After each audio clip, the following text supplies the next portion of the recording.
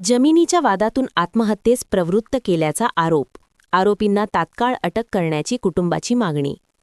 Shevgaon police station येथे जमिनीच्या वादातून मानसिक छळ करून आत्महत्येस प्रवृत्त केल्याप्रकरणी तिघांविरुद्ध गुन्हा दाखल करण्यात आला असून आरोपींना तात्काळ अटक करण्याची मागणी मृताच्या कुटुंबियांनी केली आहे. या प्रकरणी फिर्यादी स्वप्नील गोरख काथवटे यांनी दिली आहे. त्यांच्या वडिलांवर सातत्याने मानसिक छळ, धमक्या आणि पैशांची मागणी करण्यात येत असल्याने त्यांनी तणावाखाली राहून आत्महत्या केल्याचा आरोप फिर्यादीने केला आहे.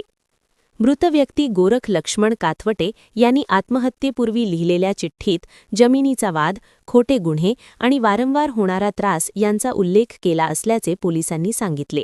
या घटनेनंतर परिसरात मोठी खळबळ उडाली आहे.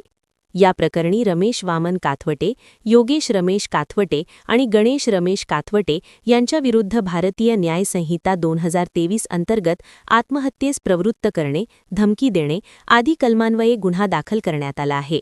दरम्यान फिर्यादी स्वप्नील काथवटे यांनी पोलिसांकडे लेखी मागणी करून आरोपींना तात्काळ अटक करावी, अन्यथा कुटुंबियांवर दबाव व धोका निर्माण होण्याची शक्यता असल्याचे नमूद केले आहे.